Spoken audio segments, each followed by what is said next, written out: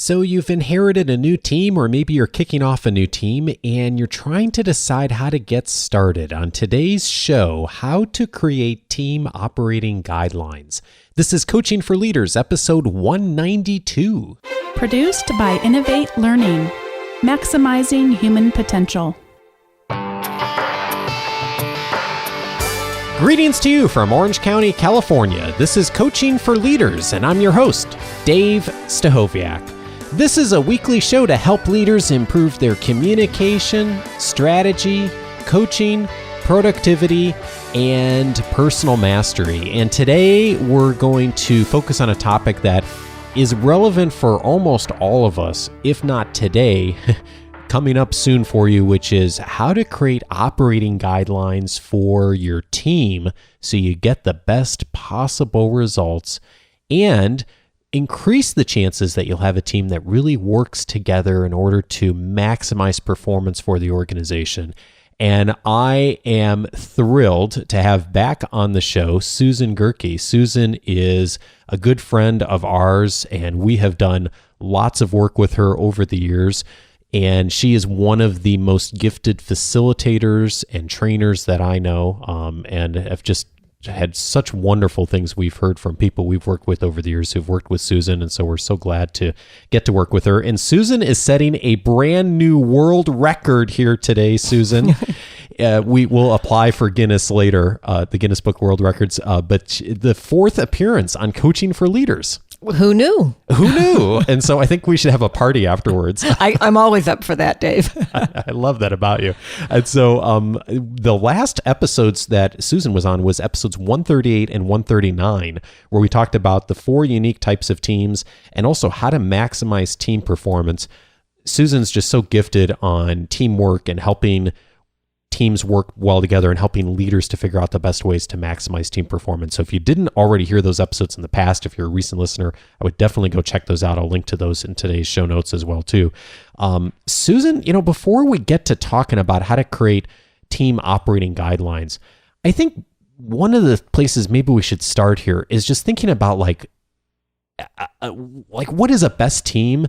And I know you talk to people about this all the time when you're working with teams, is thinking through like what really is a best team or an ideal team. And you hear a lot from people. And I'm wondering when you ask people about their best team experience, what are the kinds of things people are saying and that you hear? It's actually an exercise I do regularly, Dave, is to ask people to think about the best team experience they've ever had. And I really recommend they think about not just at work or in their current job, but I really like them to think about anywhere in your life. Some of us have been on great sports teams, or we've done something wonderful in the community on a team, or certainly in any of our jobs, we might have had the opportunity to work in a great team. And so when I ask people to think about that, then I solicit from them, so what makes that team stand out? What are the unique characteristics that made you pick that team and not some other team that you've been on? And and it's interesting. It's pretty consistent, the kinds of things I hear. Certainly you'll hear something about that we had a common goal that we all, were really behind. But there's always lots around. We communicated frequently. We supported one another. We jumped in if anybody needed it. We are clear on our roles, and yet quite willing to step out of our role to help each other be successful. Trust and respect are common words that come up in that conversation. Celebration, that people say, gee, we celebrated when we did well. And always somebody says, in my best team, we had fun. And I've gotten to where I always ask, how many of you had fun in your best team? Dave, over 90% of the people always raise their hands. And so then we talk a little bit about how, you probably worked really hard and everybody nods vigorously, and yet you found a way to make sure it was really fun as well. And, when you think about all these characteristics that I'm sharing, this is the interpersonal stuff mostly that makes the difference, right? Best teams, I don't even know what these teams are about. I don't know what they created or what they produced or what their work was. But the commonality is all these interpersonal things, the how we did the work together over the work itself. And isn't it interesting that sometimes, in fact, I would say often from my experience, and it sounds like yours too, that the most productive teams are the ones that people had the most fun with. And yeah, like you said, they maybe worked really hard in crazy hours, but it almost reminds me, I think it was maybe Zig Ziglar who said in a talk years ago of, the day you're most exhausted and most tired is at the end of the day when you've been trying to convince people you've been doing work all day.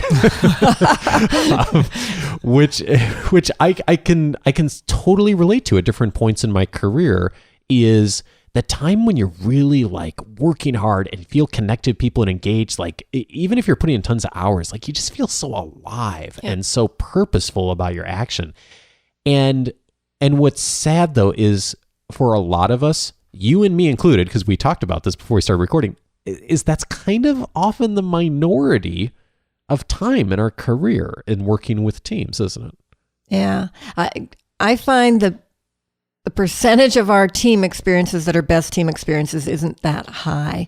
And for a number of reasons, really. One of them is some of us don't get a lot of opportunities to work in teams. But more than that, sometimes before we get to that place of that real high performance, the goal changes or we actually complete the work. Maybe we're just together for a short period and we don't need to be together anymore. Or the other thing that happens a lot in organizations is we change the membership.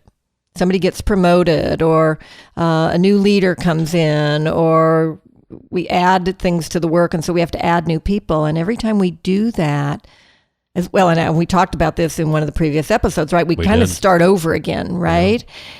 And so now we have to start the path to that best team over again. So sometimes we just don't get a chance to get there.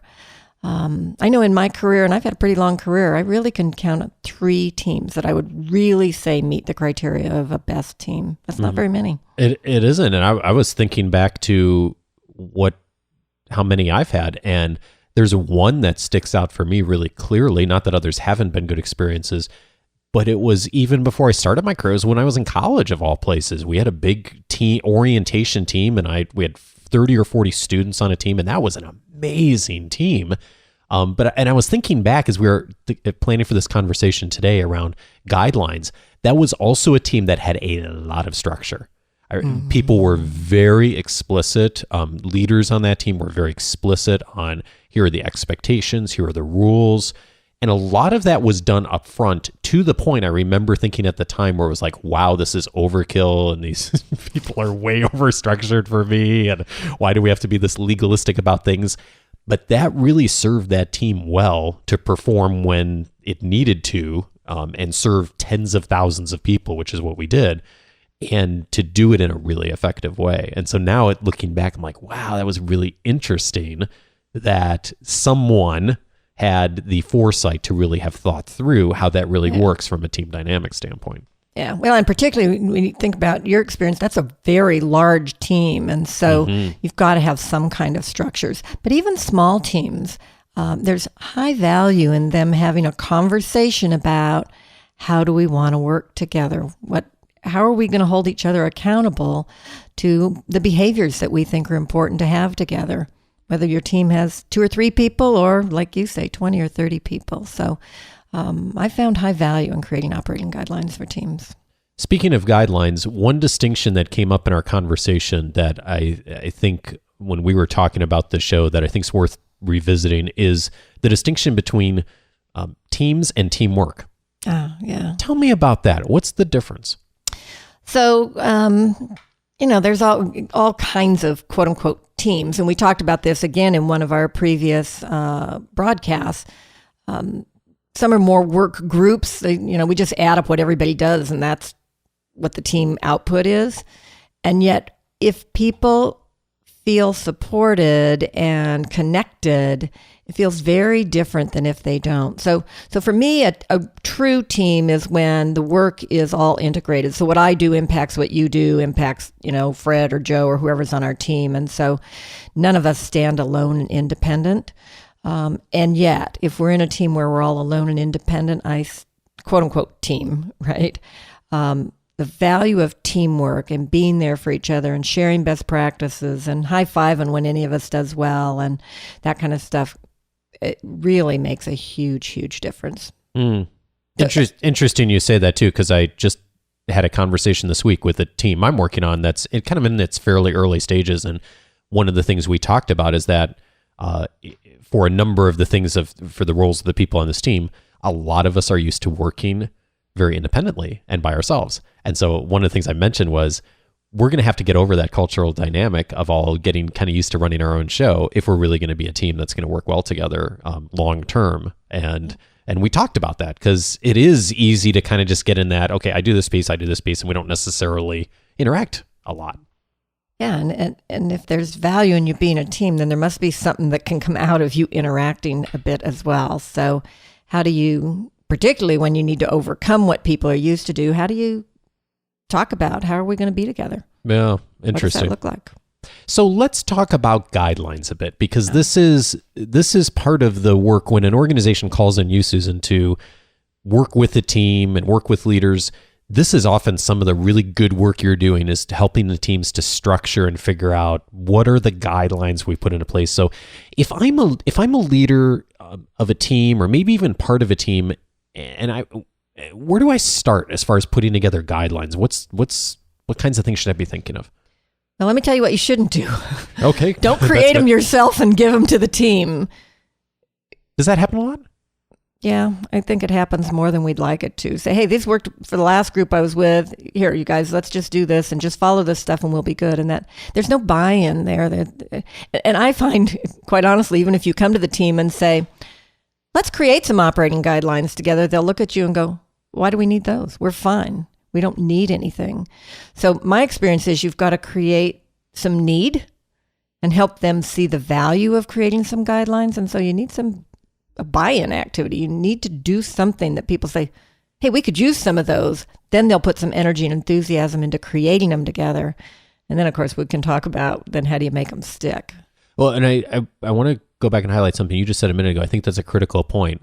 Is even if you have a set of guidelines that you've used for a prior team that may be very similar, and in fact, maybe you're pretty convinced they'll work well for this team, that just giving them to the team, you're shaking your head, is not going to do it. Not going to work. What happens when leaders try to do that? Well, those get hung up on the wall, or, everybody has a little stand on their desk with those on them, and they never look at them again, and they don't pay any attention to them. Oh, because they don't have the conversation to understand even what they mean. Respect one another. Well, we could have an hour-long conversation about what that looks like, and if we did have an hour-long conversation about what that looks like, when I saw those words, I'd know what it means. But when I just see it on a piece of paper that somebody put there, I don't know what that means. So you said some sort of activity or some sort of process in order to get there. What does that look like? So one of the ones I use most often, and it actually is part of our Go Team product, that's one of the modules that we have available, is to have people think about meetings or interactions that they've had with groups or teams that haven't been very good, that haven't been very productive, that haven't, really just have been poor, and to identify what they didn't like about that. And so what do they say? There was no agenda. People talked over one another. People showed up late. The leader wasn't facilitating, didn't keep people included, involved, right, on and on and on. It doesn't take people very long at all to tell you what it looks like when they go to an unproductive meeting or they're involved in unproductive interactions with other people. It pops out of their mouth very, very quickly. I have found the same thing when I facilitated is sometimes it's really hard to get people to think proactively of like, what would I want? But people can almost immediately, like burned into their minds, give you an entire list of all the things that drove them nuts in a last interaction or that they don't like or they don't care for.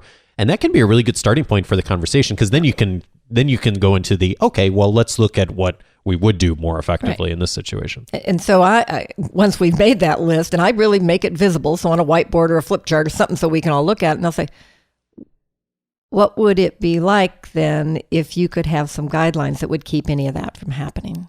Would that be of value?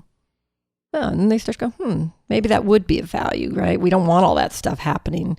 And if you can give us something that will help us not have that stuff we just put on the list, okay, maybe we'll pay attention to that. So it seems to work. So you start there and encourage leaders to do the same thing if they're doing it for their own team. Yes. what after that? So you get people bought in, like, okay, maybe we should have some guidelines. We should do a little bit more thinking on this.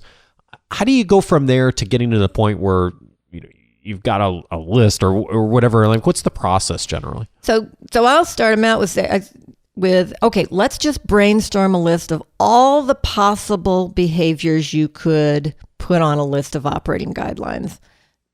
Everything you can think of. And I just write as fast as I can. And whatever they say, I put up. And we don't edit or wordsmith or anything. We just get them up on a chart. And more is better, right? And I tell them, you really only want 6 or 7, maybe 8 of these things, but let's get lots up here. And once they get going, they really get going. And if they get stuck, I say, go look at that list we made a few minutes ago about what you don't want. Is there anything there that would cause you to create something on this list? And so, we can end up with 20, 30, even 40 sometimes potential behaviors for their operating guidelines. Then we have to do some narrowing. And so then we get a conversation, well, what seems to go together, and what ones are the same? And somebody say, well, these two are just the same. So I'll ask the 2 people who said those things, are these the same? And then we get into a dialogue.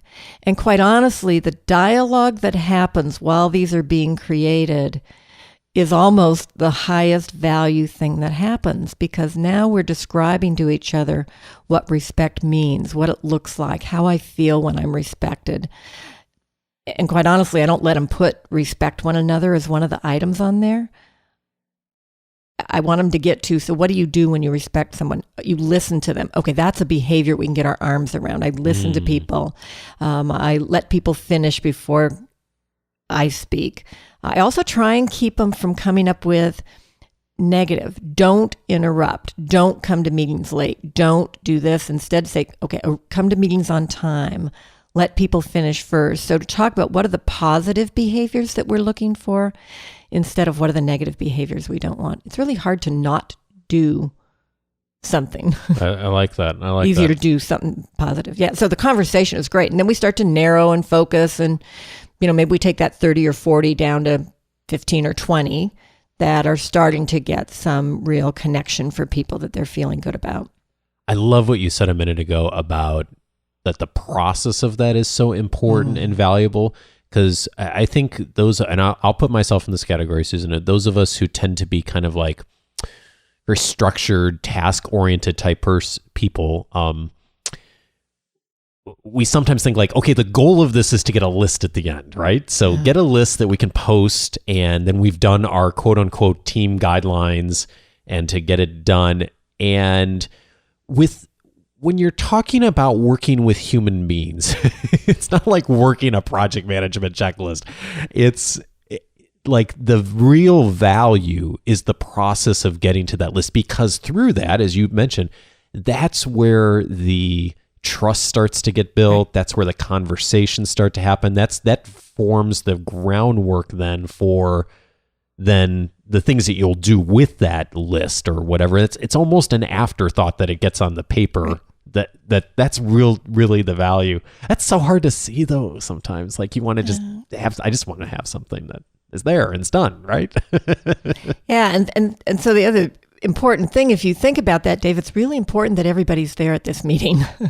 Right? Because if, Julie missed the meeting, she's not going to have had the conversation and know what this stuff means either. I worked with a team once who some people couldn't be there that day. Somebody was sick and somebody else got called out on an emergency. So we did, got it narrowed down to about 20 or so. And then we adjourned and came back again for another meeting. And in the meantime, they fed to the people who were missing, told them what had happened and shared what we had. And then we picked up from there when everybody was back together so that smart. Could continue the conversation and have people be part of it. So that's always a concern, right? Oh, well, here's what we did. You missed it, but you got to live this way. Well, and I think back to the team I was thinking about when I was 20 years ago in college. That was the thing. You were not allowed to miss when there were meetings. I mean, you had to literally be on your deathbed to get an excused absence for any kind of meeting. Because they recognized that was so critical to have everyone there, everyone present, everyone engaged with the conversation.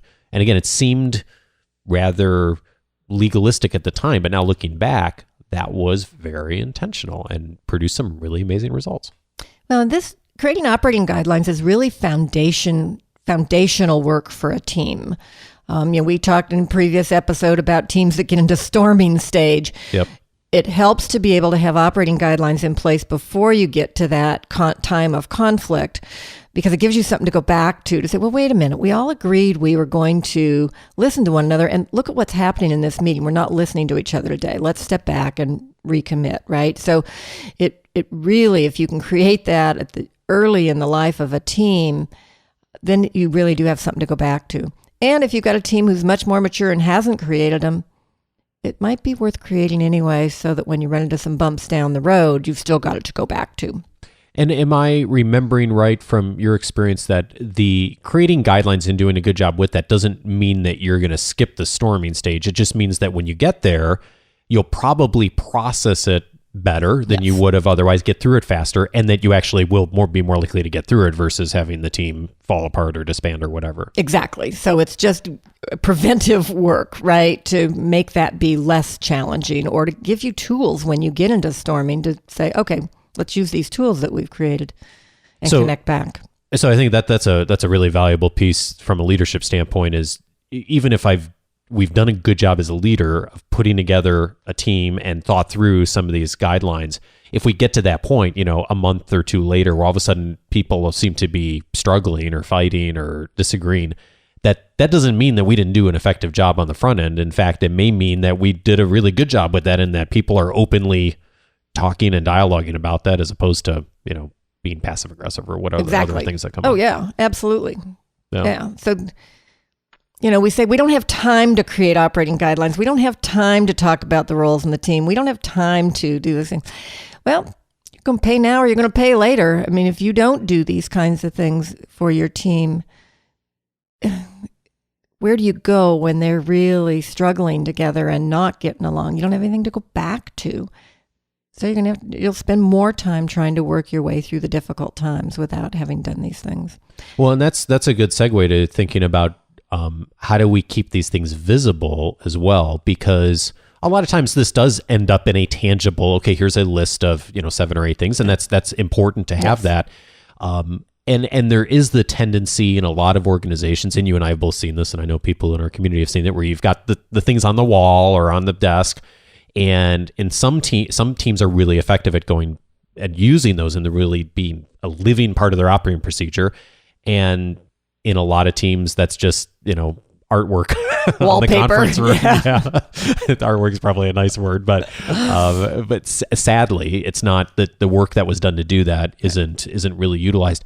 Assuming you do a good job of really having that dialogue and doing the valuable work there, what are some of the best practices for keeping it visible and making sure it's utilized going forward? Well, a couple of things, Dave, and one is really be sure you've got a reasonable number. If you get past really even 8, I think 10 is a way maximum.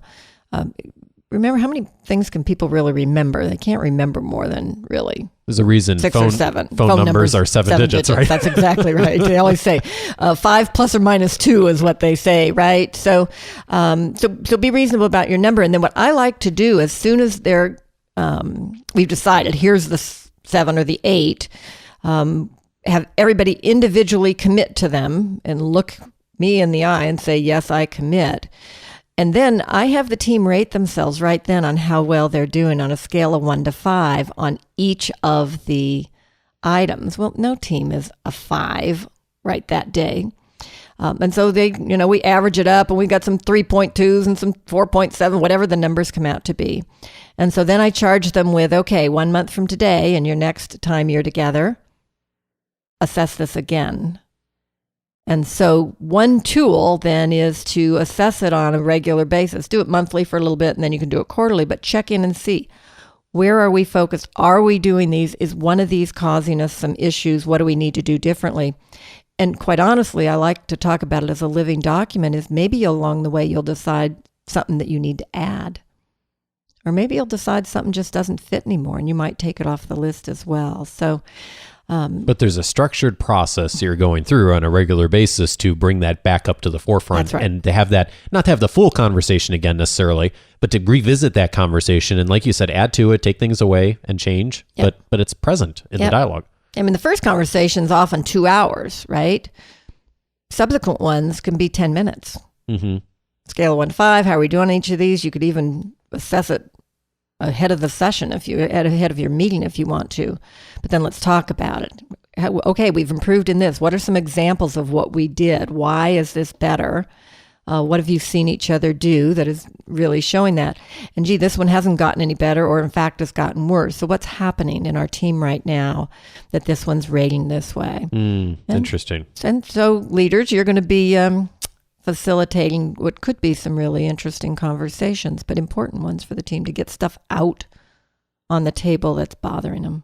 And conflict isn't necessarily a bad thing in a team. In fact, it's probably better that it happen publicly than people talking at the water cooler, a day later. Yep. So, and a lot of us, I'll throw myself in this category too. A lot of us as leaders, we sort of fear conflict sometimes. We see people disagreeing about something in a meeting and we go, oh my gosh, this isn't good. Someone's disagreeing. Oh my goodness. And yet that's really often the sign of a healthy team is when you see that happening, like, okay, this is good dialogue for us to have. Let's resolve it. And there's probably a reason people are disagreeing, and good for them to have the courage to be willing to do that in front of a room full of people versus whatever else people might do. Exactly. So let's just call it differences instead of conflict, because conflict raises a lot of red flags for people. It's differences. Well, we need differences. How are we going to come up with new ideas unless we have a different idea from somebody else and we get a conversation about it? So embrace the differences and lead some dialogue about it so that people have a chance to talk through it. And the sooner you have those conversations, the easier it is to work through the differences, and the less likely it's seen as some big deal. I love it. You said something a minute ago that I want to go back to. When you were talking about the creating guidelines, you said have people look you in the eye and agree to them. I think there's more there. Tell me about that. Like, how does that work, and why do you go around to each person and have them look you in the eye and agree to? Yeah, and in a way, when they're looking in my eye, that means they're looking in their teammates. You as the facilitator. But me as the facilitator. So let's imagine, Dave, we've just come up with our 8 operating guidelines, and we're going to listen to each other, and we're going to support one another, and we're going to, whatever we've put in our guidelines.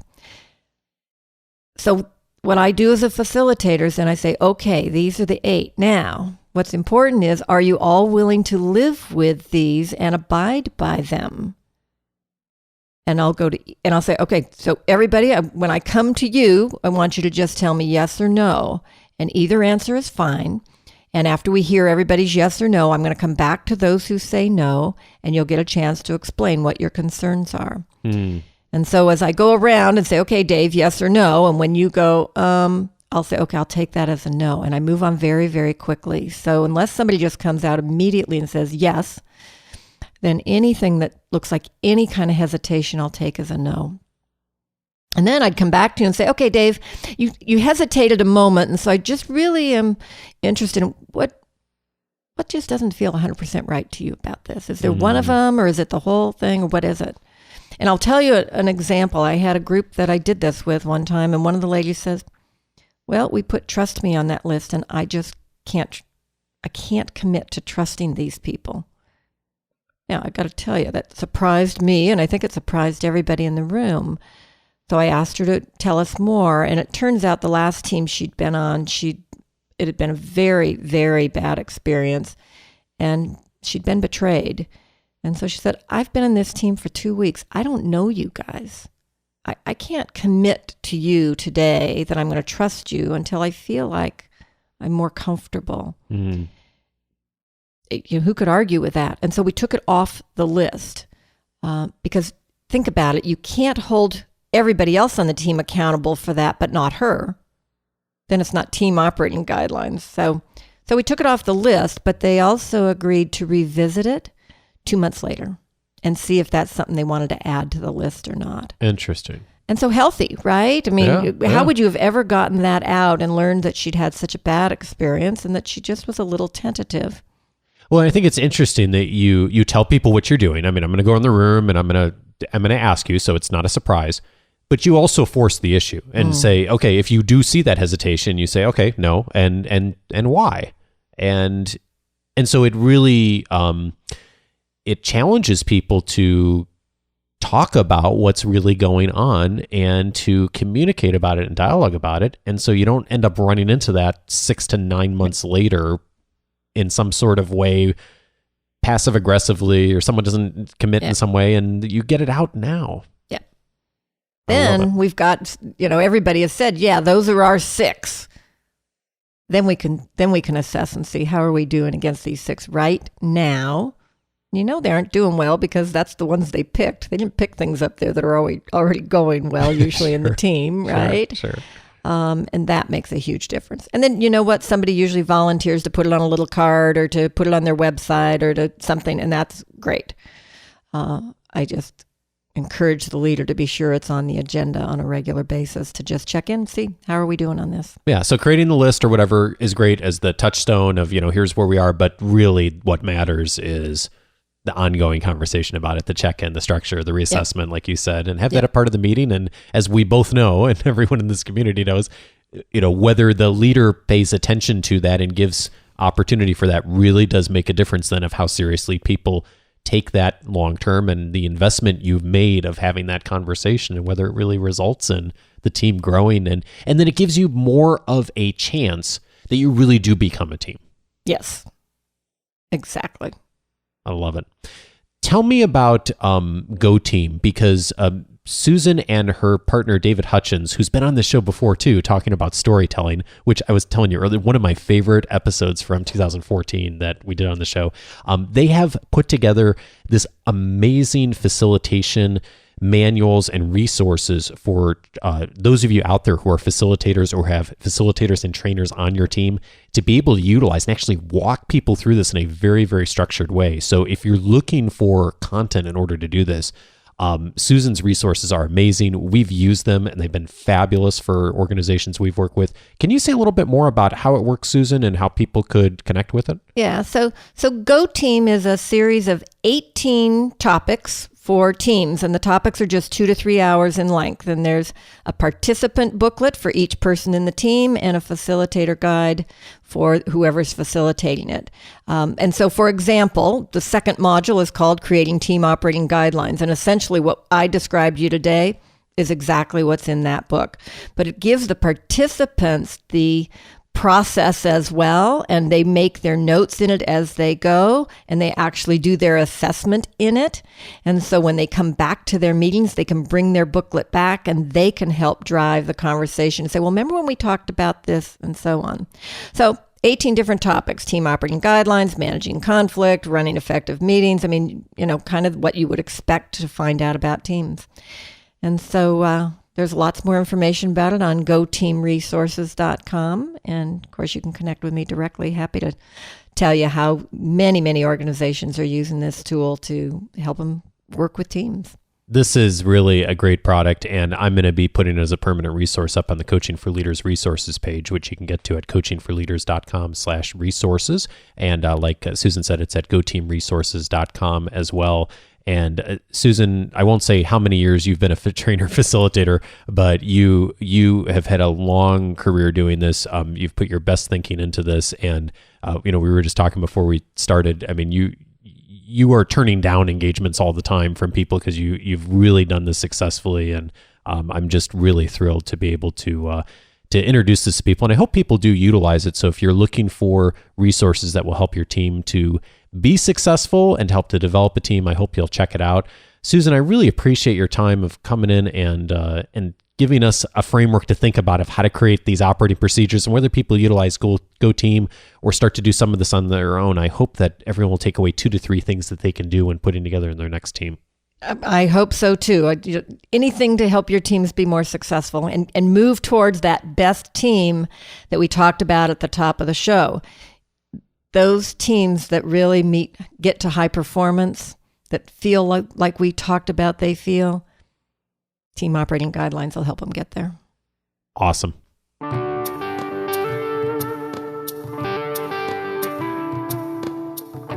If you have a training department or team, or even just an experienced facilitator on your staff, and you're looking for resources on how to drive better teamwork in your organization, definitely check out the Go Team modules that Susan and David have developed. They're very reasonably priced. They're fabulous for organizations. They've taken all their career wisdom over the years and put them in these 18 modules. And I just know of no better resource for teams to walk through the process, part of which Susan talked about today. So definitely check that out. GoTeamResources.com. As we mentioned, the link is in the show notes as well. And now up on the Coaching for Leaders resources page, which is at coachingforleaders.com/resources, along with a whole lot of other things too. So if you're looking for something on just about any topic as a resource that's been mentioned on the show previously, or something Bonnie or I have used in the past or currently use as a resource or product or service, it's up there. So check that out at coachingforleaders.com/resources. And if you have a comment or question that you'd like us to consider for a future episode, or maybe something about this show, go to coachingforleaders.com/feedback and submit your question there. And the next Q&A show is coming up on episode number 195. The topic for that show is self-confidence. That'll be early June coming up here. But don't feel free, or no, I shouldn't say don't feel free. Feel free not to limit yourself to that topic. I have no idea if that made any sense. You know what I mean. Send in any question you have. coachingforleaders.com/feedback. And I wanted to read a sentence or two from what someone posted on the Canadian iTunes store just the past couple of weeks. He said about the Coaching for Leaders show and me, his weekly email is incredibly useful. It's one of the very few I haven't unsubscribed from. Well, thank you so much for saying that. I so appreciate the kind words. I take that as a big compliment, because I get a lot of email too, as do all of you. And I really do work hard to make those leadership guides that come to your inbox every Wednesday of value. This past week, it was 5 people you should follow on Twitter. Each week, I try to do something a little different, have a unique spin to it, to give you something that'll be of immediate value to you in your work, that'll help you to lead more effectively. So please do join the weekly leadership guide if you haven't already. It comes in Wednesdays in your inbox. It includes my recommendations on articles, podcasts, videos, books, resources, and also it has a link to the show notes, so all of Susan's information will be up there. So the best way to do that is just go to coachingforleaders.com/subscribe. And when you do, you get access right away. In addition, my reader's guide listing the 10 leadership books that will help you get better results from others, and summaries for me on the value of each one of those books. And the last episode 191, we also talked about a number of books as well. So that's a good resource too. So again, all of that at coachingforleaders.com/subscribe. And a few people received an invitation to submit a community member spotlight here for future episodes. So if you'd like to be featured, your voice in the member spotlight that you've heard on some of the recent shows, you can participate as well. Just go to coachingforleaders.com/spotlight. And if you received an invitation from me in the last few days, I hope that you'll take a few moments to complete that in the coming weeks. And I would love to be able to feature you and hear your voice, because this show is not complete without you. And I want to feature as many voices in the coming weeks and months on the show as possible, of people who are out there in the world who are learning with us together and benefiting from all the things we talk about here on the show. And finally this week, a big thank you to Mug Forda and JL Moeller for the kind reviews that you left on iTunes. Thank you so much to you both. If this show's been helpful to you, if you've been listening for a bit and you feel like you're at a place you could write a review for the show or leave a rating, it is hugely helpful for more people to discover this resource. Take a moment to go to coachingforleaders.com/iTunes, or if you're a Stitcher user, you can go to coachingforleaders.com/Stitcher and leave a rating or review. And thanks in advance if you take a moment to do that this week. I hope you have a fabulous week, and I look forward to talking with you on the next episode. Another great guest coming up and a fun topic. Take care and have a great week.